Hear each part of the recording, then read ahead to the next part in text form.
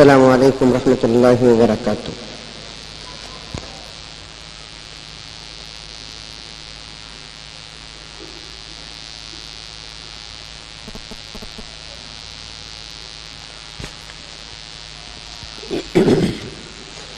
الحمد للہ رب العالمین، والصلاة والسلام علی سید المرسلین محمد وعلی آلہ واصحابہ اجمعین، اما بعد۔ اعوذ باللہ من الشیطان الرجیم، بسم اللہ الرحمن الرحیم۔ انما يعمر مساجد الله من آمن بالله واليوم الآخر وأقام الصلاة وآتى الزكاة ولم يخش إلا الله فعسى أولئك أن يكونوا من المهتدين۔ قال النبي صلى الله عليه وسلم: يأتي زمان على الناس يصلون ولا يصلون، أو كما قال عليه الصلاة والسلام، وسلم تسليما كثيرا كثيرا۔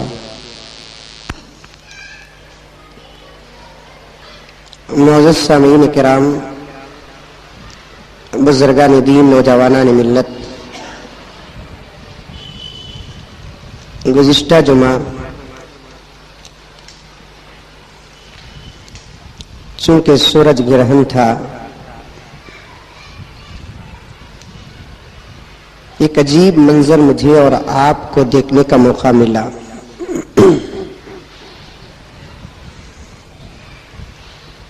جب میں ہمارے گھر سے نکلا میرے والد محترم کے ساتھ، حسب معمول جمعے کے دن میں اور میرے والد محترم دونوں مل کر نکلتے ہیں۔ والد صاحب کو جے نگر 4 بلاک چھوڑ کر آپ کی خدمت میں حاضر ہوتا ہوں۔ شیواجی نگر سے جے نگر اور جے نگر سے گوری پاڑیا آنے تک مختلف سڑکوں سے، مختلف راستوں سے گزرنے کا موقع ملا۔ ایک بات خاص طور پر دیکھنے کو ملی، وہ یہ کہ راستے ویران تھے، لوگوں کی انتہائی کمی تھی، دکانیں 80% سے زیادہ بند تھے،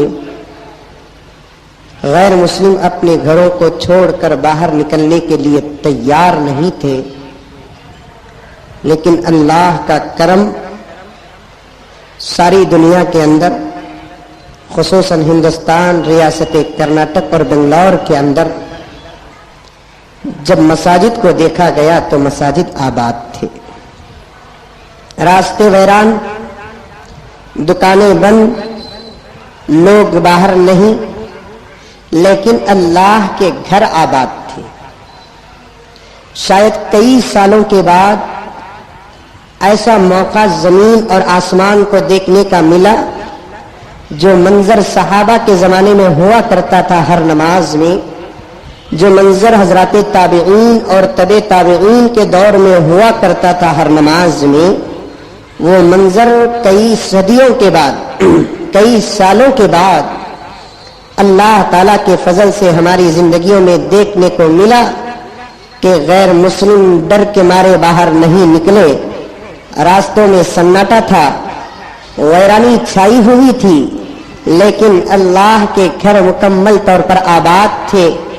زوال سے پہلے، وقت سے پہلے، جمعے کی اذان سے پہلے تقریباً بہت سارے مساجد مصلیوں سے آباد تھے۔ اللہ کی بھی یہی چاہت، رسول اللہ صلی اللہ علیہ وسلم کی بھی یہی خواہش، صحابہ کے دور کا حال یہی تھا، چاہے فجر ہو، ظہر ہو، عصر ہو، مغرب ہو، عشاء، رمضان ہو، شوال ہو، ذوالقعدہ، ذوالحج، ربیع الاول، رجب ہو، یا جمعہ ہو، ہفتہ ہو، اتوار ہو، پیر ہو، منگل، چہارشنبہ، جمعرات ہو، نماز کے وقت اور اہم موقعوں پر مسلمان اللہ کے گھر کو آباد کرتا ہے۔ جناب محمد رسول اللہ صلی اللہ علیہ وسلم نے ارشاد فرمایا کہ ایک دور کی بات بازار اور راستوں کو آباد کرنے والے کون، مسجدوں کو آباد کرنے والے کون؟ آقا نے فرمایا راستوں کو آباد کرنے والے حضور صلی اللہ علیہ وسلم کے زمانے میں یا تو مشرک تھے، یا تو کافر تھے، یا تو منافق تھے، اور مسجد کو آباد کرنے والے اللہ اور اللہ کے رسول کے غلام ہیں۔ آج دیکھا جاتا ہے میرے دوستو، آج راستوں کو آباد کرنے والے، پارکوں کو آباد کرنے والے، شراب خانوں کو آباد کرنے والے، ہوٹلوں کو آباد کرنے والے اپنی زندگی کا ایک بہت بڑا سرمایہ اور حصہ انسان کا راستے میں گزرتا ہے اور مسجد میں بہت کم وقت گزرتا ہے، اور مسلمان سمجھتا ہے کہ جس کا وقت راستے میں گزر جائے، جس کا وقت سرکلوں میں گزر جائے، جس کا وقت ہوٹلوں میں گزر جائے، جس کا وقت گپ شپ کرنے پر گزر جائے، وہ اپنی زندگی کو کامیاب زندگی سمجھتا ہے۔ میرے دوستو، اگر راستے میں گزرنا، وقت کا گزارنا، راستے میں کھڑنا اور کھڑانا، راستے میں کھانا اور کھلانا، راستے میں پینا اور پلانا، اور راستے میں آزاد زندگی گزارنا کامیاب زندگی ہے، تو مجھے معاف فرمائے کہ آج کے مسلمان سے گلی کے کتے کی زندگی کامیاب ہے، اس لیے کہ اس کا وقت جتنا راستے میں گزرتا ہے، انسان کا وقت بھی اتنا راستے میں نہیں گزرتا۔ جناب محمد رسول اللہ صلی اللہ علیہ وسلم نے فرمایا کہ راستے میں مت بیٹھا کرو، راستے میں زیادہ نہ رہا کرو، ہوٹلوں میں زیادہ کھایا نہ کرو، اور وقت ہوتے ہی فوراً اپنے گھر یا اللہ کے گھر کو داخل ہو جاؤ۔ راستے میں اگر چلنا ہے تو پھر درمیانی راستے میں نہیں بلکہ بالکل کنارے سے جایا کرو، کیونکہ اللہ کا غضب بازاروں میں نازل ہوتا ہے اور اللہ کی رحمت مسجدوں میں نازل ہوتی ہے۔ اللہ کا غضب اور غصہ بازار میں نازل ہوتا ہے، اللہ کی رحمت مسجد میں نازل ہوتی ہے۔ اس لیے مسلمانوں کو چاہیے کہ اپنا وقت زیادہ سے زیادہ مسجد کے اندر گزارے۔ حضرت عبداللہ ابن مبارک رحمت اللہ علیہ فرماتے ہیں، نماز تو اسے کہا جاتا ہے جو نماز سے پہلے کوئی آدمی نماز کا انتظار کرتا ہے۔ یہی تو گزشتہ دیکھنے کا موقع ملا کہ نماز سے پہلے ایک بہت بڑا طبقہ مسجدوں کے اندر داخل ہو گیا، مسجدوں کے اندر شامل ہو گیا۔ ایسے ہی وقت سے پہلے مسجد کو جانے والے اور وقت ہونے کے بعد مسجد سے نکلنے والے، مطلب کیا ہے کہ بہت بڑا وقت جس کا مسجد کے اندر گزرتا ہے، ایسے مسلمان کے لیے اللہ کے رسول صلی اللہ علیہ وسلم نے بشارت دی کہ قیامت کے ہولناک موقع پر، قیامت کے خوفناک موقع پر، جہاں اللہ کا غصہ بڑا ہی بڑا ہوگا اور اللہ تعالیٰ کے عرش کو 8 فرشتے اٹھائے ہوئے ہوں گے، اور اللہ تبارک و تعالیٰ تمام لوگوں کو ایک جگہ کر دیں گے، جس میں حضرات انبیاء، صلحاء، شہداء، صالحین، علماء، مفسرین، محدثین، نیکوکار اور گنہگار سب کے سب ایک میدان میں رہیں گے۔ وہاں اللہ تعالیٰ اپنے عرش کے سائے میں چند مخصوص قسم کے لوگوں کو جگہ عطا کرتے ہیں۔ ان 7 قسم کے لوگ ہوں گے جنہیں اللہ تبارک و تعالیٰ اپنے عرش کے سائے میں بڑے اطمینان کے ساتھ نور کے منبروں پر بٹھا رکھیں گے۔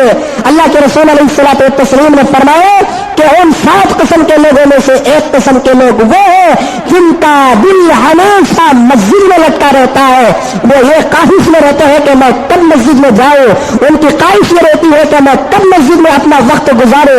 جو پہلے مسجد کو جاتا ہے اور آخر میں مسجد سے باہر نکلتا ہے، جناب محمد رسول اللہ صلی اللہ علیہ وسلم نے ارشاد فرمایا کہ قیامت کے خوفناک اور نفسی نفسی کے عالم میں اللہ جل جلالہ سے اپنے عرش کے سائے میں جگہ عطا کریں گے۔ میرے دوستو، اپریل کی دھوپ ہوتی ہے، مئی کی دھوپ ہوتی ہے، تپش زیادہ ہوتی ہے، پیاس ہوتی ہے، زبان سوکھ رہی ہے، بالکل چٹیل میدان میں جا رہے ہیں، چھپنے کے لیے کوئی جگہ نہیں ہے، کوئی چھوٹا سا درخت ملتا ہے جہاں ہلکے سے دھوپ کا سایہ ملتا ہے، اور کوئی 1 گلاس پانی مل جاتا ہے، ہم اپنے آپ کو بڑے قسمت والے سمجھتے ہیں کیونکہ اس دھوپ سے بچنے کے لیے ایک چھوٹے سے درخت کا سایہ ملا ہے۔ میرے دوستو، یہ دھوپ سے کئی درجے زیادہ گرمی حشر کے میدان میں ہوگی، اور اس سکیل میدان سے زیادہ کئی درجے زیادہ نفسی کا عالم حشر کے میدان میں ہوگا۔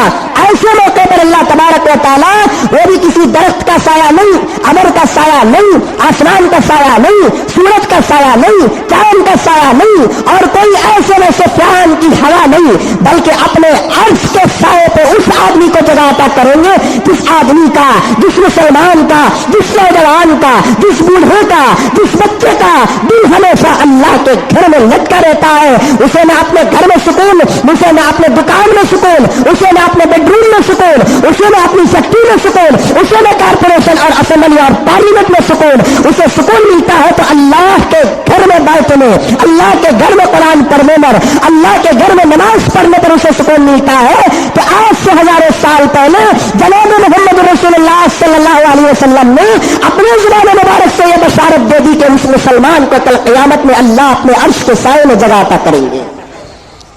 عرش کے سائے میں اگر کسی کو جگہ ہونا تو وہ ہمیشہ اپنا وقت اللہ کے گھر میں گزارے، وقت زیادہ سے زیادہ اللہ کے گھر میں گزارے۔ اور وہ منظر گزشتہ جمعہ دیکھنے کو ملا، وقت سے پہلے آ گئے، 11:30، 10:30، 12:30 اذان سے پہلے نکلے، کب 3:30 کو نکلے۔ بہت بڑا مجمع ہر مسجد کے اندر، صرف عمر فاروق کے اندر نہیں، ہر مسجد کے اندر ایک بہت بڑا مجمع۔ ذرا اپنے دلوں کے اندر خواہش پیدا کرو، اپنے آپ کو رکھ کر میں تمہارے اوپر رکھوں تم میرے اوپر رکھے، ایسی بات نہیں۔ میری خواہش کہ تم عمل کرنے والے بن جاؤ، تمہاری خواہش یہ ہے کہ میں عمل کرنے والا بن جاؤں۔ کسی کی خواہش یہ نہیں ہوتی کہ میں خود عمل کرنے والا بن جاؤں۔ میں چاہتا ہوں کہ تم عمل کرو، تم چاہتے ہو کہ میں عمل کروں۔ کسی کو یہ خواہش نہیں ہوتی کہ مجھے بھی عمل کرنا ہے، میں بھی اللہ اور اللہ کے رسول کا لاڈلا بن جاؤں۔ ذرا ایک خواہش سوچو، ایک خواہش پیدا کرو میرے دوستو۔ کیا ہی اچھا ہوگا کہ ہر جمعہ یہ ماحول پیدا ہو جائے، ہر مسجد میں یہ ماحول پیدا ہو جائے، ہر محلے میں یہ ماحول پیدا ہو جائے۔ کب آئے مسجد کو؟ 11:30 کو آئے، 11 بجے آ جائے۔ کب نکلے مسجد سے؟ نماز کے بعد پورے سنتوں سے فارغ ہو کر، پورے نوافل سے فارغ ہو کر اطمینان کے ساتھ اپنے گھر کو جائے۔ ایمان کی لذت کیسی ہوگی، کیا مزہ ملے گا، دوسرے غیر مسلموں پر کیا اثر پڑے گا، دوسرے غیر مسلم کیا سوچیں گے۔ ایک خواہش یہ پیدا کرو۔ دوسری خواہش صرف جمعے کے لیے نہیں بلکہ ہر نماز کے لیے یہ عمل پیدا کرو، اذان سے پہلے میں مسجد کو آ جاؤ، پورے نوافل سے فارغ ہو کر مسجد سے باہر نکلے۔ یہ خواہش، دو خواہشیں، ایک خواہش جمعے کا ماحول اور اثر، دوسرا ہر نماز کا یہ ماحول، یہ اثر۔ فجر میں بھی ایسے مسجد کھچا کچ بھری رہے، اثر میں بھی کھچا کچ بھری رہے، مغرب میں بھی کھچا کچ بھری رہے، عشاء میں بھی کھچا کچ بھری رہے۔ مسجدیں تنگ ہو جائے، راستے بلاک ہو جائے، خدا کے سجدے خدا کے گھر کے علاوہ فل ہو کر راستے میں آ جائے۔ جس جگہ پر خدا کا سجدہ ہوتا ہے اس جگہ پر خدا کی رحمت نازل ہوتی ہے، سکینہ نازل ہوتا ہے، تو پھر کیا ماحول ہوگا۔ لیکن ہم مسلمان جمعے کے نا، ہم مسلمان صرف وقتیے ہیں۔ فجر کا حال ہمارا برا، عصر کا حال ہمارا برا، مغرب کا حال ہمارا برا، عشاء کا حال ہمارا برا، ہفتہ اتوار پیر منگل چہارشنبہ جمعرات کا حال ہمارا برا۔ ہم صرف جمعے کو ایک مرتبہ اہمیت دیتے ہیں، ہفتے کو کسی رام نے پیدا نہیں کیا، اتوار کو کسی سیتا نے پیدا نہیں کیا، پیر کو کسی اور مذہب کا بڑا پیدا نہیں کیا۔ اللہ فرماتے ہیں کہ کائنات کی ہر دن کو، ہر ذرے کو میں پیدا کیا ہوں، ہر دن کی فضیلتیں اپنی جگہ پر الگ الگ ہے۔ ہفتہ بھی خدا کا، اتوار بھی خدا کا، پیر منگل چہارشنبہ جمعرات بھی خدا کا، جمعہ بھی خدا کا۔ ہاں، ہر مذہب کے اندر ہفتے میں ایک مرتبہ کوئی نہ کوئی دن اہمیت کا ہوتا ہے۔ مسلمانوں کے لیے جمعے کا دن اہمیت کا ہے، لیکن دوسرے دن بھی دوسری نمازوں سے آباد ہو۔ جب تک میرے دوستو، آپ تمام مسلمان، آپ کو چھوڑ کر بات عرض کر رہا ہوں، کارپوریشن میں قدم رکھنے والا، اسمبلی میں قدم رکھنے والا، پارلیمنٹ میں قدم رکھنے والا، چھوٹے سے چھوٹے الیکشن سے لے کر بڑے سے بڑا الیکشن لڑنے والا، مسلمانوں کے محلے میں لڑنے والا،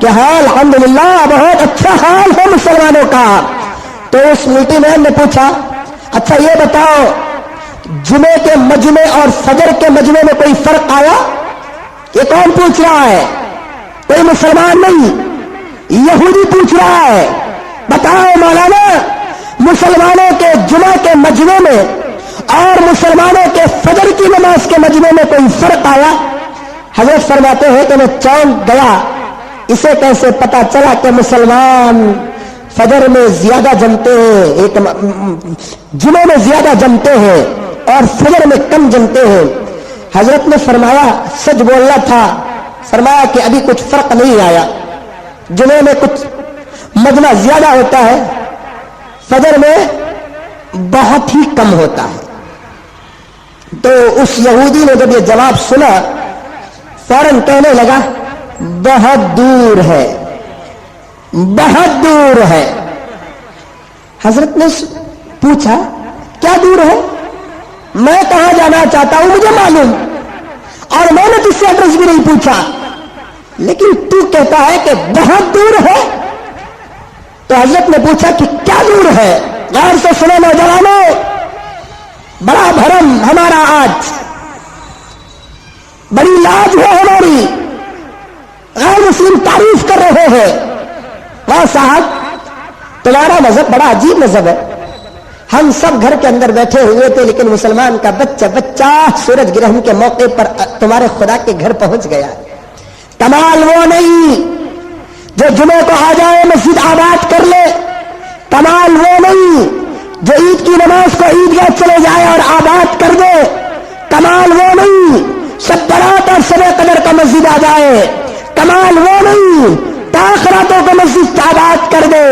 کمال تو وہ ہے کہ جس نماز میں مسجد کی سطح مسلمانوں کی زندگی پہ ماتم کرتی ہے ایسے موقع پر اللہ کے گھر کو آباد کرے. کمال ظہر میں آباد کرنے پر ہے، کمال عصر اور مغرب پہ آباد کرنے پر ہے. کمال اگر کوئی آدمی جمعے کو کر دیا تو کوئی کمال نہیں ہے. پھر بھی اللہ کا شکر ہے کہ ہماری عزت غیروں کے دلوں میں آج بھی موجود ہے. سنو مسلمانوں، تو حضرت مولانا طارق زنگی صاحب نے پوچھا کہ کیا دور ہے؟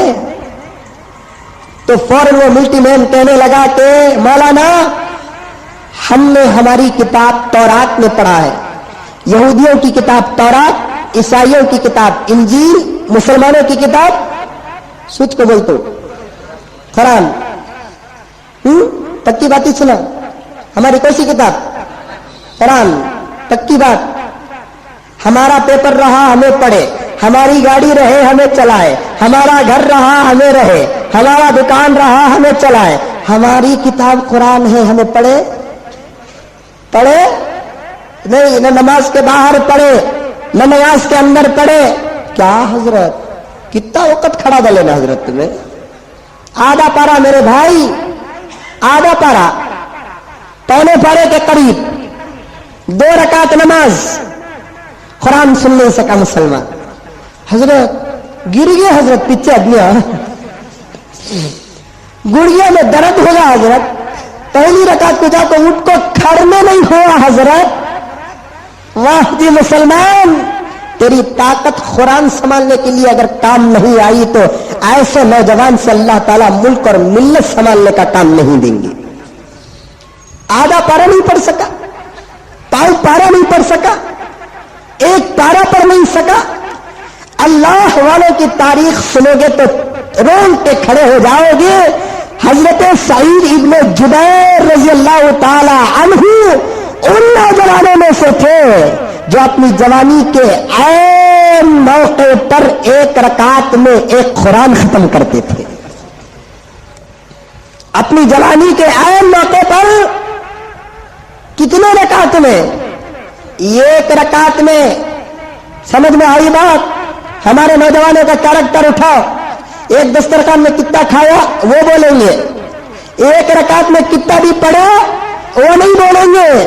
4 روٹی 1 کھانا، 4 پھال 2 چاپ 15 موزہ، رکعت بریک.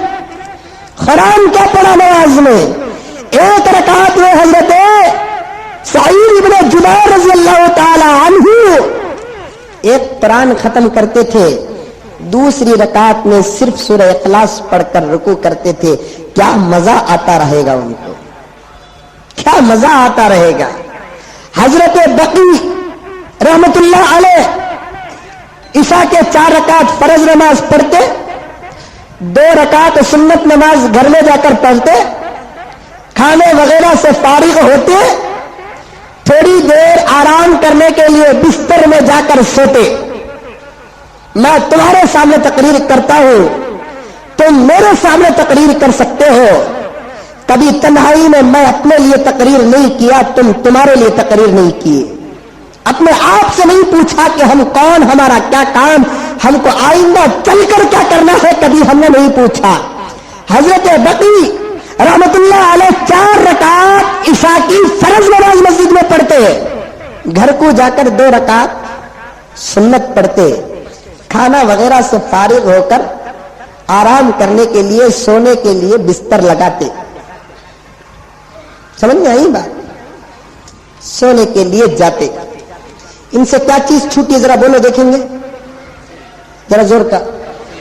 نفل. ابھی کیا چھوٹی؟ نفل پڑھے تو بھی چلتا, نہیں پڑھے تو بھی چلتا.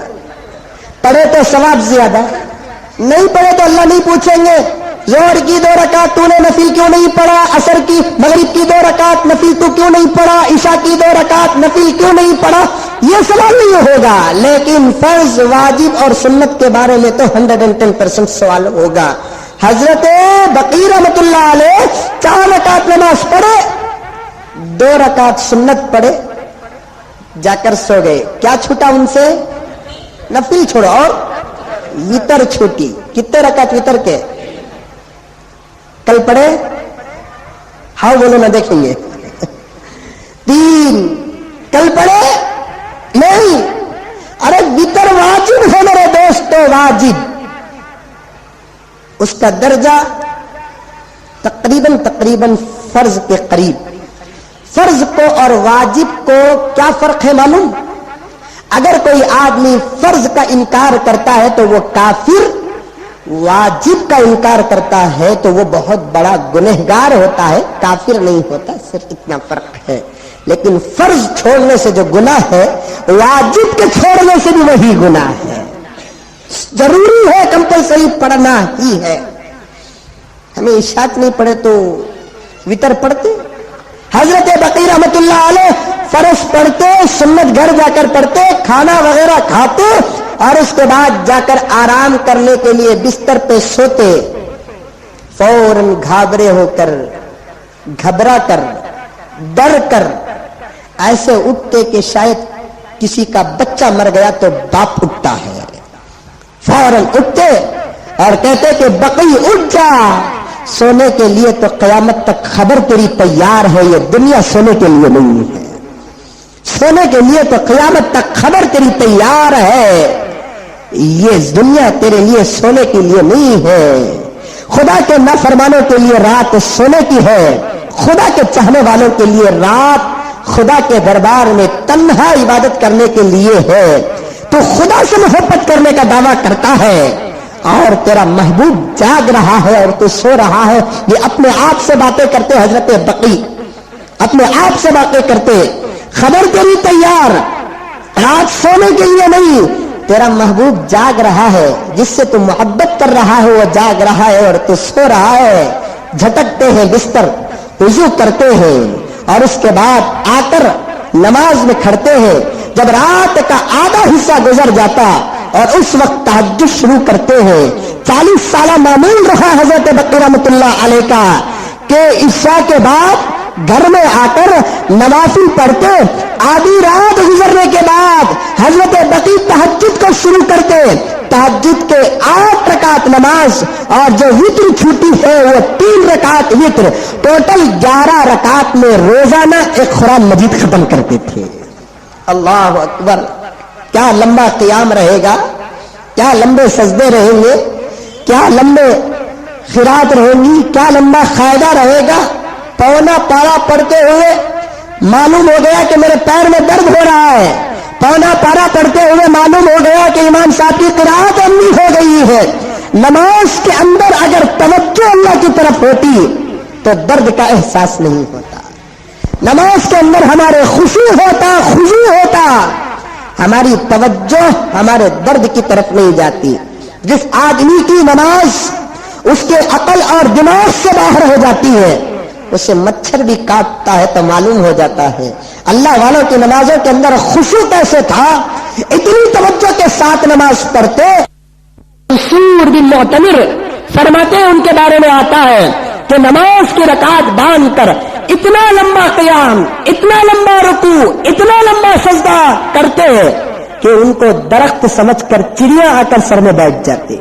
چڑی بولتے نہیں, چڑی کلے نہ ہلتے نہ ادرتے, نہ یہاں کھجاتے نہ وہاں کھجاتے, نہ ادھر دیکھتے نہ ادھر دیکھتے, کچھ بھی نہیں, مکمل توجہ اللہ کی طرف ہوتی اور ایسے سکون کے ساتھ کھڑے ہو جاتے.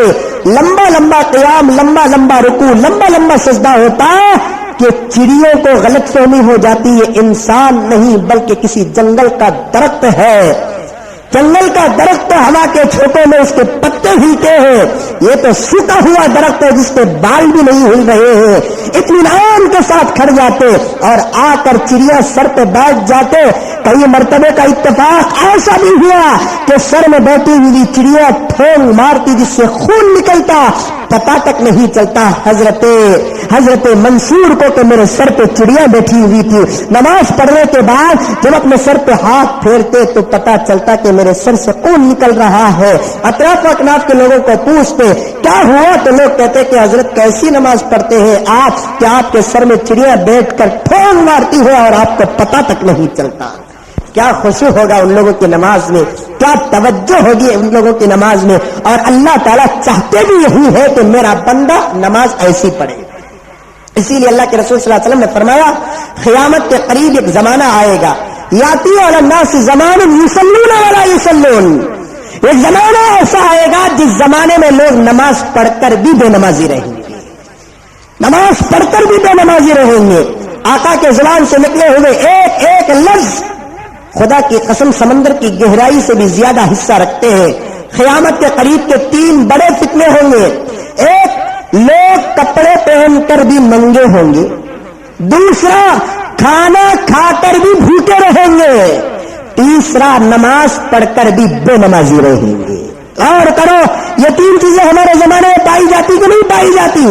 کپڑے پہن کر بھی ننگے, چاہے وہ مرد ہو یا عورت, بچہ ہو یا بڑا. باریک کپڑے پہننے سے اسلام نے منع فرمایا, مرد بھی نہیں پہن سکتا, عورت بھی نہیں پہن سکتی. بطور خاص عورت کے لیے سے کسی قسم کی اجازت نہیں ہے کہ وہ باریک کپڑا پہنے. قیامت کے قریب ایک ایسا زمانہ آئے گا موٹے کپڑے کو دھتکار دیا جائے گا اور پتلے پتلے اور باریک کپڑوں کی ترجیح ہوگی اور اسے پسند کیا جائے گا. اور ایسے باریک کپڑے مرد تو مرد جس کے لیے شرم کا ایک بہت بڑا حصہ ملا, حیا کا ایک بہت بڑا حصہ ملا, وہ عورت بھی ان باریک کپڑوں کو پہن کر باہر نکلے گی. آقا نے فرمایا کہ وہ کپڑے پہن کر بھی باہر نکلے گی تو اسے ننگے رہنے کا گناہ ہوگا. ہے نہیں زمانہ آج ہم خود اپنے ہاتھوں سے ہماری گھر کی عورتوں کو, بچوں کو, ماؤں کو, بہنوں کو کیسے کپڑے دلاتے ہیں میرے دوستوں. کبھی ہم نے ساڑی اٹھا کر دیکھی کہ ایک ساڑی کتنی کیسی ہے. کبھی ہم نے ہمارے بیگم کا, بہن کا, بیٹی کا, بچی کا کپڑا اٹھا کر دیکھا, فراک اٹھا کر دیکھا کہ کتنا موٹا اور کتنا باریک ہے. کبھی اس کے پہننے کے بعد اس حدیث کو سامنے رکھ کر غور کیا کہ میری بیوی کپڑے پہن کر ہے یا ننگی ہے, میری ماں کپڑے پہن کر ہے یا ننگی ہے, میری بچی کپڑے پہن کر ہے یا ننگے ہے. یہ کس زمانے کی بات؟ حضرت عائشہ اور فاطمہ, ام سلمہ رقیہ, ماریہ قبطیہ رضی اللہ تعالی عنہن کے دور کی بات کر رہا ہوں جہاں موٹے موٹے کپڑے پہنا کرتے تھے. اس دور میں آقا نے فرمایا کہ ایک دور ایسا آئے گا جس دور میں لوگ کپڑے پہن کر بھی ننگے رہیں گے, ننگے رہیں گے. یہ تو عورتوں کی بات ہے, مردوں کا بھی یہی حال ہے. مردوں کا کوئی چلو موٹے کپڑے پہنتے ہیں, باریک کپڑے نہیں, جنس پینٹ باریک ہوتی کیا, بہت موٹی, ٹاٹ ٹاٹ, سمجھ میں آئی بات. کاٹن پہنو نہیں پہنتے, جنس پینٹ پہنو. یہ موٹی پینٹ وہ کیسا پہنتے ہیں کہ اللہ بہتر جانتا. کبھی سوچ تو پہن کو دیکھیں گے, بول کو جائز نہیں, بول کو چھوڑا دو. وہ الٹیمیٹی پلان، وہ کیسا پینٹنگ کی سمجھ میں نہیں آتی بات. تو میرے حال موٹاج پہنتے، اتنی ٹائٹ فٹنگ ہوتی، سمجھ میں آئی بات کہ پورے پارٹس سامنے سے پیچھے سے لیفٹ اینڈ رائٹ پورے باہر نکل جاتے، چھوڑو تو بس کتنے پارٹس ہو، سمجھ میں اتنی ٹائٹ، کبھی جینس کبھی ٹی شرٹ. بھائی میرے برصغیر تذکرہ عرض کر رہا ہوں، کپڑا موٹا بھی پہنو، کپڑا ڈھیلا بھی پہنو. اگر باریک پہن رہے ہیں فقہا نے فرمایا کہ ڈبل کر کے پہنا جا رہا ہے، جائز ہے. جیسا کہ آج کل کا ماحول ہے کہ اندر بنین پہنتے ہیں، اس کے اوپر جھبا پہنتے ہیں، اس کے اوپر واسکٹ پہنتے ہیں. اگر ایک سے دو، دو سے تین کپڑے اگر ہو گئے جسے انسان کا میجرمنٹ نہیں معلوم ہو رہا ہے تو ایسے کپڑے باریک رہ کر بھی پہننے میں کوئی مذائقہ نہیں ہے. وہ کپڑے جو صرف پتلے پہنتے ہیں جس سے ایک انسان مرد اور عورت کا میجرمنٹ معلوم ہو رہا ہے، تو ایسے کپڑے پہن کر باہر نکلنے والے کو اللہ کے رسول علیہ الصلوۃ والتسلیم نے کیا فرمایا کہ وہ کپڑے پہن کر بھی ننگے رہیں گے. دوسری بات پیشین گوئی کیا فرمایا اللہ کے رسول علیہ الصلوۃ والتسلیم نے کہ ایک زمانہ ایسے آئے گا جس زمانے میں لوگ کھانا کھا کر بھی بھوکے رہیں گے. ہے نہیں؟ کھانا کھا کر بھوکے رہنے کا کیا مطلب؟ بھوک لگی کھا رہے نہیں، بغیر کسی وجہ کے کھا رہے ہیں. بھوک نہیں لگتی ہے تب بھی کھا رہے ہیں. یہی اس حدیث کا مفہوم ہے. جب تک بھوک نہ لگے، اللہ کے رسول نے فرمایا کہ کھانے کی طرف ہاتھ نہ بڑھائے. اس کا سب سے بڑا فائدہ یہ ہے کہ دنیا کی کوئی مہلک بیماری تمہارا چہرہ نہیں دیکھے گی. یہ آقا کی سنت بھی ہو گئی، طبیعت کا علاج بھی ہو گیا، قیامت کی نشانی سے بچ بھی گئے. لیکن آج کب کھانا، کیا کھانا، کیسا کھانا، کتنا کھانا، کوئی قانون نہیں. کھا رہا ہے، کھا رہا ہے، کھا رہا ہے، کھا رہا ہے. بس ایک ہی مقصد لے کر آ گیا کہ وہ کھانا ہے. آقا نے فرمایا کہ قیامت کے قریب لوگ کھا کر بھی بھوکے رہیں گے. تیسری خاص علامت کیا بتائی کہ نماز پڑھ کر بھی لوگ بے نمازی رہیں گے. اس کا مطلب کیا؟ جس طریقے سے نماز پڑھنا اس طریقے سے نماز نہیں پڑھے تو اس کا مطلب یہ ہوا کہ وہ نماز پڑھ کر بھی بے نمازی رہے. اللہ تعالیٰ صحیح طور پر مجھے اور آپ کو نماز پڑھنے کی توفیق عطا فرمائے. اتنے خشوع اور خضوع کے ساتھ نماز پڑھو میرے دوست کہ احساس نہ ہو. اللہ چاہتے ہیں کہ نماز پڑھنے والا آدمی کا دماغ، اس کا خیال صرف میرے طرف رہ جائے. ابھی میں حضرت مولانا پیر ذوالفقار احمد صاحب نقشبندی مجددی دامت برکاتہم کی کتاب پڑھ رہا تھا. حضرت ایک عجیب بات لکھی، دنیا کے اندر ایک انسان کو مصیبتیں آنے کے بہت سارے اسباب ہیں. مصیبت آتی ہے، بہت سارے وجہ ہوتی ہے کہ مصیبت کیوں آئی ہے. سب سے پہلا سبب کیا لکھتے ہیں؟ جس بندے سے اللہ تعالیٰ محبت کرتے ہیں اس بندے کو اللہ تعالیٰ آزمائش کے طور پر مصیبت نازل کرتے ہیں. وہ بندوں میں سے شاید ہم میں سے کوئی نہیں رہے گا جس سے خدا محبت کر کے امتحان لے لے. امتحان دینے کے ہمیں قابل ہی نہیں ہے. وہ پہلا سبب تو صرف حضرات انبیاء، اولیاء، صحابہ، شہداء، صالحین، بڑے بڑے اولیاء قطب ابدال کے لیے ہے کہ جن کی کوئی غلطی نہیں ہوتی پھر بھی ان کے اندر مصیبت آتی ہے تو اللہ تعالیٰ ان کو آزمانا چاہتے ہیں کہ یہ میرا بندہ مصیبت پر صبر کرتا ہے، شکر کرتا ہے یا نہیں، میرے دربار میں شکایت کرتا ہے. اللہ تعالیٰ یہ دیکھنے کے لیے ان کو مصیبت دیتے ہیں. اس کے بعد بہت سارے اسباب لکھے ہیں. دوسرا سبب اللہ تعالیٰ حضرت پیر ذوالفقار صاحب نقشبندی مجددی فرماتے ہیں کوئی بھی مصیبت، چاہے گھر کی، دکان کی، ماں باپ کی، بیوی بچوں کی، جو بھی مصیبت آتی ہے وہ مصیبت کا سبب کیا کہ جس انسان کے نماز سے خشوع ختم ہو جاتا ہے اللہ تعالیٰ اس کی زندگی کے سکون کو ختم کر دیتے ہیں. خشوع کسے کہتے ہیں؟ یوں سمجھیے، آپ کو سمجھانے کے لیے عرض کروں، جس مسلمان کے نماز سے توجہ ہٹ جاتی ہے، توجہ ختم ہو جاتی ہے، اللہ تعالیٰ اس کی زندگی کے سکون کو ختم کر دیتا ہے. کوئی معمولی بات نہیں میرے دوستوں. آج میں آپ سب مصیبت میں مبتلا ہیں، کوئی چھوٹی مصیبت میں، کوئی بڑی مصیبت میں. اسی لیے ایک مسلمان دوسرے مسلمان کو ملاقات کرتا ہے، سلام کرتا ہے، مصافحہ کرتا ہے، فوراً کیا بات ایسا ہے کہ تو کیا کی دعا کرو حضرت، پریشانیاں مجھے چھوڑ کو جاتے چلی. بولتا ہے نہیں بولتا ہے، ٹینشن ہی ٹینشن، کوئی نہ کوئی شکایت، چھوٹی سے چھوٹی شکایت ضرور ایک مسلمان کے پاس سے ملتی ہے. یہ مصیبت آتی کیوں؟ حضرت نے فرمایا کہ جس مسلمان کی نماز سے خدا کی توجہ ہٹ جاتی ہے اللہ تعالیٰ اس کی زندگی سے سکون کو ختم کر دیتا ہے. اس لیے اگر سکون کا علاج حاصل کرنا ہے نمازوں کے اندر مکمل توجہ، ایسی توجہ سے نماز پڑھیں گے کہ اللہ ہماری نمازوں سے خوش ہو جائے. ایک واقعہ یاد آ رہا ہے، عرض کروں. حضرت یعقوب علیہ السلام حضرت یوسف علیہ السلام کے والد. یعقوب علیہ السلام بھی پیغمبر، یوسف علیہ السلام بھی پیغمبر. حضرت یعقوب علیہ السلام بچپن میں بھائیوں کا شکار ہو کر گم ہو گئے. 40 سال کے بعد حضرت یعقوب علیہ الصلوۃ والتسلیم سے ملاقات ہوئی. 40 سال تک حضرت یعقوب کو معلوم نہیں تھا کہ میرا بیٹا کیسا ہے، کہاں ہے، زندہ ہے یا مر گیا، کچھ بھی پتا نہیں. کتنے سال تک؟ 40 سال تک. اپنے بیٹے کی جدائیگی میں کی فکر میں اتنا روئے کہ حضرت یعقوب علیہ الصلوۃ والتسلیم کی آنکھوں کی بینائی ختم ہو گئی. جب 40 سال کے بعد، شاید میں رمضان میں بھی کہا یا حضرت یوسف علیہ الصلوۃ والتسلیم کی سیرت میں کہا، آپ کو واقعہ یاد رہے گا یا کیسٹ لے کر سن لیں. 40 سال کے بعد جب ملاقات ہوئی حضرت یعقوب کی حضرت یوسف سے، مصافحہ ہوا، معانقہ ہوا، سب کچھ ہوئے، دل تسلی ہو گئی، میرا بیٹا ہے، اچھے حالت میں ہے، اچھی پوزیشن میں ہے. ایک بیٹے کی ترقی پر یقیناً باپ بہت خوش ہوتا ہے. کوئی سی ترقی پر اگر بیٹا اچھی ترقی کر رہا ہے تو باپ خوش ہونا چاہیے.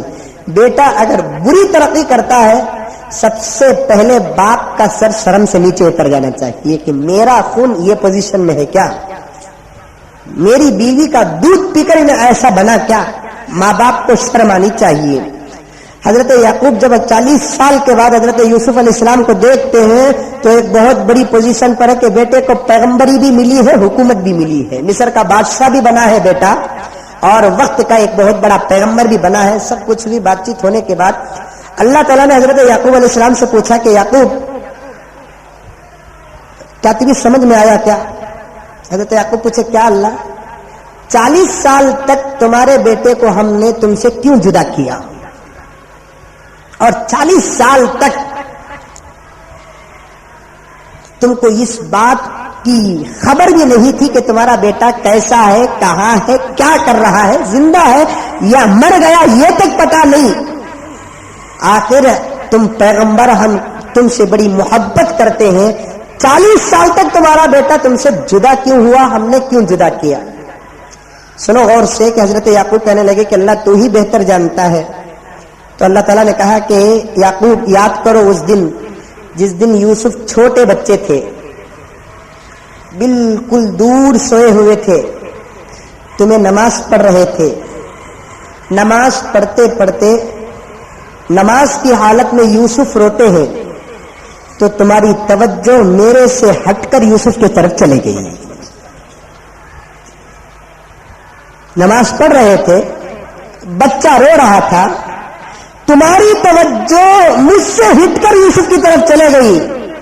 ہم کو اتنا غصہ آیا کہ جو میرے اور میرے بندے کے بیچ میں آتا ہے میں اسے کبھی بیچ میں نہیں رکھتا، اٹھا کر دور پھینک دیتا ہوں.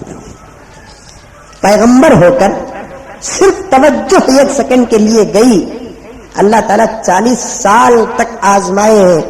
آج ہماری نمازوں کا کیا حال ہے میرے دوستو، ذرا سوچو کیا حال ہے ہمارے نمازوں کا. امام 4 رکعت پڑھے، 3 رکعت پڑھے، 2 رکعت پڑھے، پوری مسجد غفلت میں نماز پڑھتی ہے. پہلی رکعت میں کیا پڑھے، دوسری رکعت میں کیا پڑھے، پوری مسجد غفلت میں رہتی ہے.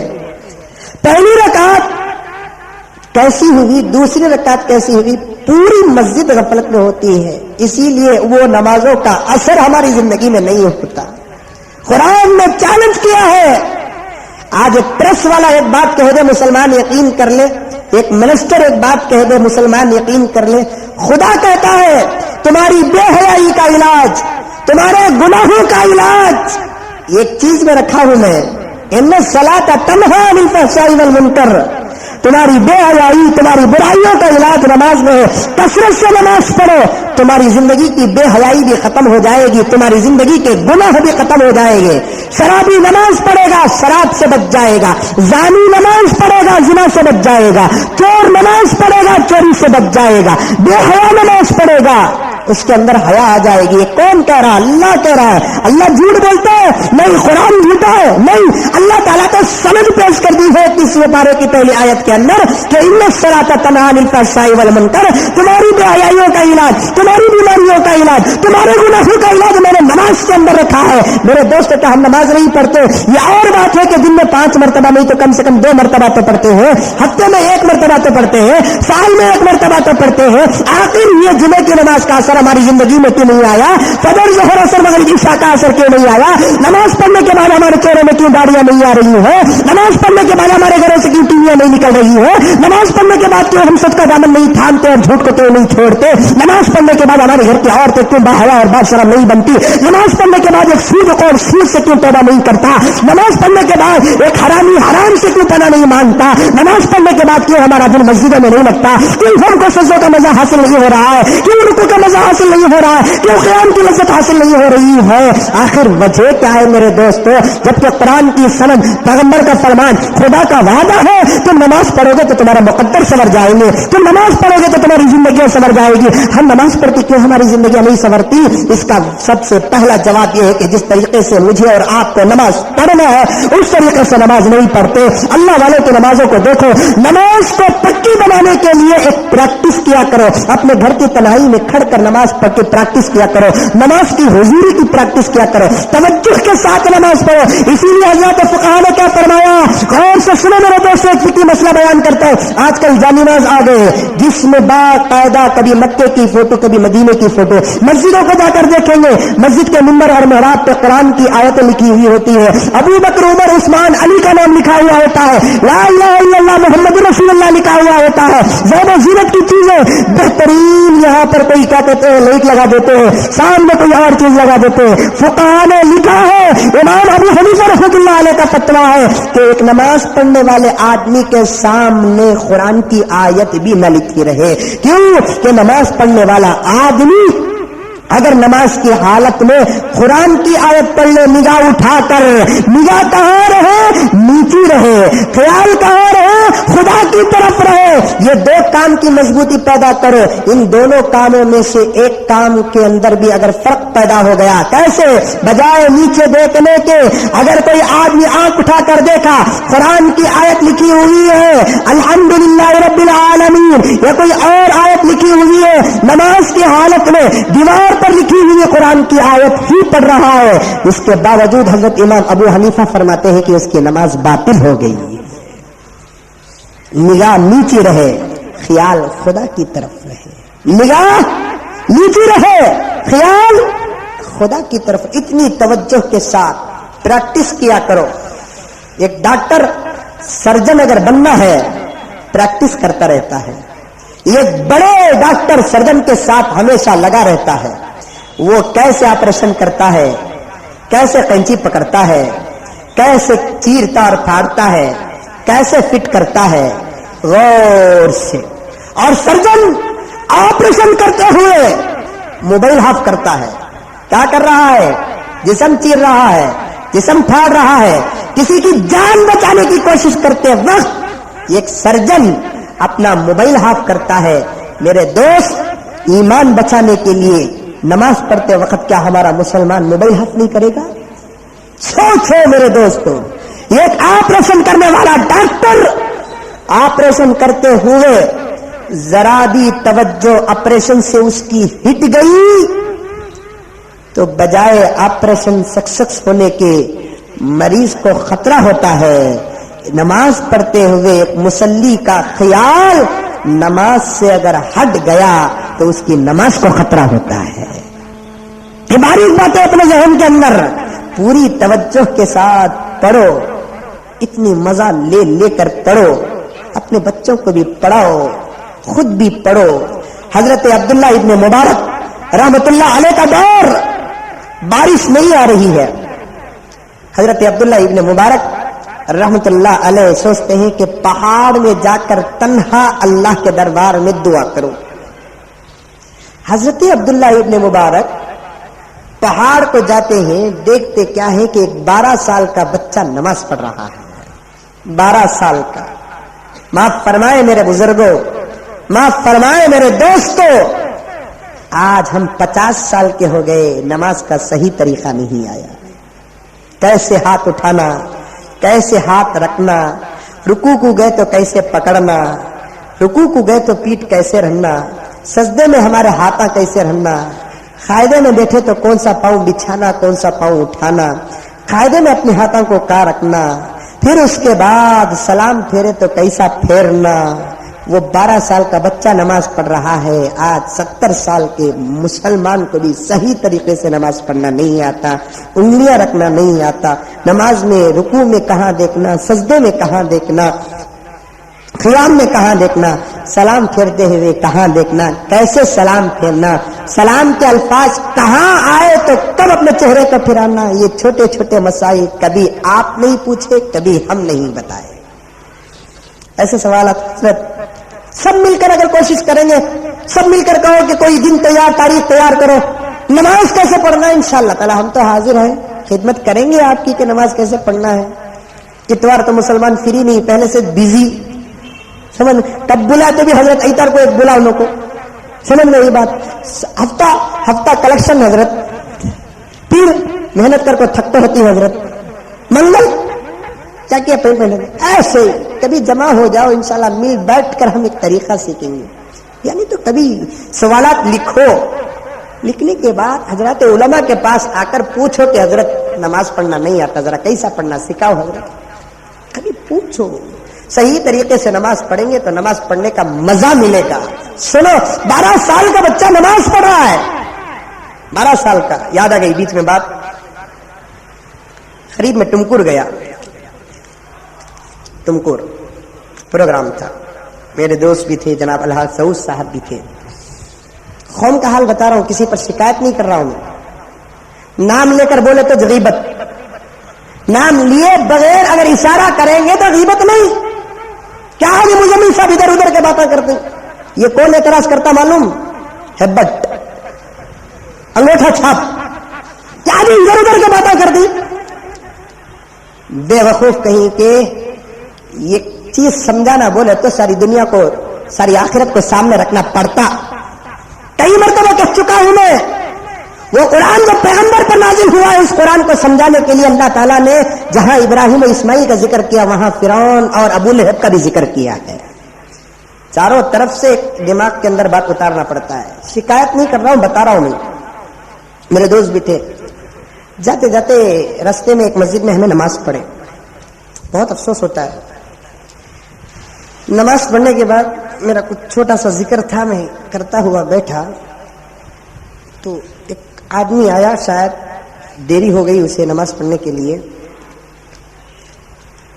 2 منٹ نہیں میرے دوستوں, سچ کہہ رہا ہوں, مغرب کے 5 رکعت نماز ختم ہو گئی اس کے. 2 منٹ میں, 2 منٹ میں مغرب کے 5 رکعت نماز, پھٹ پھٹ پھٹ پھٹ پھٹ پھٹ پھٹ, ایک بندن, 2 جھکے, 4 ڈچے, 2 پھیرے, ختم ہوگی نماز. خیر اب میں اسے پکڑ بھی نہیں سکتا, جلدی نماز پڑھ لیا, چلے گا. خیر میں پکڑ بھی نہیں سکتا, چھوڑ دیا. سوچنے لگا کہ اگر ہماری گاڑی کو خراب کونتی بھی کر ڈالیا, ہمیں کتنا غصہ آتا. ہماری گاڑی کو خراب کر ڈالے تو غصہ آتا ہے, ہمارے گھر کو خراب کر ڈالے تو غصہ آتا, ہمارے دکان کو خراب کر ڈالے تو غصہ آتا. نماز خدا کی عبادت ہے, کوئی مسلمان نماز کو خراب کرتا ہے تو خدا کو کتنا نہیں غصہ آئے گا. سوچ کر دیکھیے میرے دوستو, ہمارا بچہ ہمارے کپڑے میں چاٹ چھٹ ڈالا تو بچہ نہیں دیکھتے, تھپڑ مارتی, کیا رہے گا تو کپڑے خراب کر ڈالا کرتے. ہمارا خون, ہمارا دودھ, ہمارا بچہ ہمارے کپڑوں کو خراب کرتا ہے تو باپ برداشت نہیں کرتا. خدا کا بندہ اگر نماز خراب کرتا ہے تو خدا برداشت کر لے گا. یہی حضرت مولانا پیر ذوالفقار صاحب نے فرمایا کہ ہماری زندگیوں کی تباہیاں نماز کو برباد کرنے کا نتیجہ ہے. ہماری زندگی کا سکون جو ختم ہوا نماز کو برباد کرنے کا نتیجہ ہے. اللہ تعالیٰ ہم تمام کو نیک توفیق عطا فرمائے. بعد میں میرے ایک مولانا ملے وہاں پر جو میرے مدرسے میں پڑھاتے ہیں. انہوں ملتے ہی میں ان سے پوچھا, میں کھڑ کر 5 رکعت نماز 2 منٹ بھی نہیں ہوئے پڑھنے کے واسطے, نماز پڑھ لے کو باہر رے تفصیل سے کسی کی بات کر لے کو کھڑا ہے آدمی. وہ میں پوچھا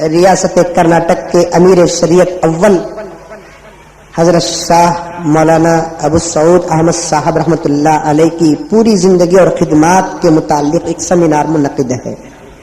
سیمینار کسے کہتے ہیں کہ ان کی زندگی کے گوشوں کو مختلف طریقوں سے مختلف حضرات علماء کرام وہ اپنی زندگی کے کیا کیا کارنامے کیے ہیں وہ انشاءاللہ تعالی ملت کے سامنے خصوصاً اہل کرناٹک کے سامنے پیش کیے جائیں گے۔ یہ ان حضرات اکابر میں سے ہیں حضرت مولانا شاہ ابو سعود احمد صاحب المعروف بڑے حضرت جو دارالعلوم سبیل الرشاد کے بانی بھی ہیں اور محتمم بھی تھے، جو کرناٹک کی تاریخ کو الحمدللہ بدل کے رکھ دیے، اور جو لوگ آج ایک مدرسے کی بنیاد رکھی، آج بنگلور کے مساجد کے ممبر و محراب رشادی علماء سے اور کرناٹک کے ممبر و مسجد کے ممبر و محراب رشادی علماء سے چمک رہے ہیں، تو اس کا ثمرہ حضرت مولانا شاہ ابو سعود احمد صاحب رحمۃ اللہ علیہ کے سر ضرور جاتا ہے۔ بڑے اللہ والے تھے، میں درمیان میں بھی کئی مرتبہ آپ کے سامنے عرض کیا، انشاءاللہ تعالی اس کے بعد بھی انشاءاللہ عرض کرتا رہوں گا۔ کل الامین کالج میں صبح 10 بجے سے لے کر شام کے تقریباً 5 بجے تک حضرت رحمۃ اللہ علیہ کے خدمات پر ایک سیمینار منعقد ہے۔ آپ تمام بزرگوں سے، نوجوانوں سے پرخلوص گزارش ہے کہ ضرور تشریف لے جائیں۔ اللہ تعالی ہمارے جانے کو قبول فرمائے، آمین۔ وآخر دعوانا ان الحمدللہ رب العالمین۔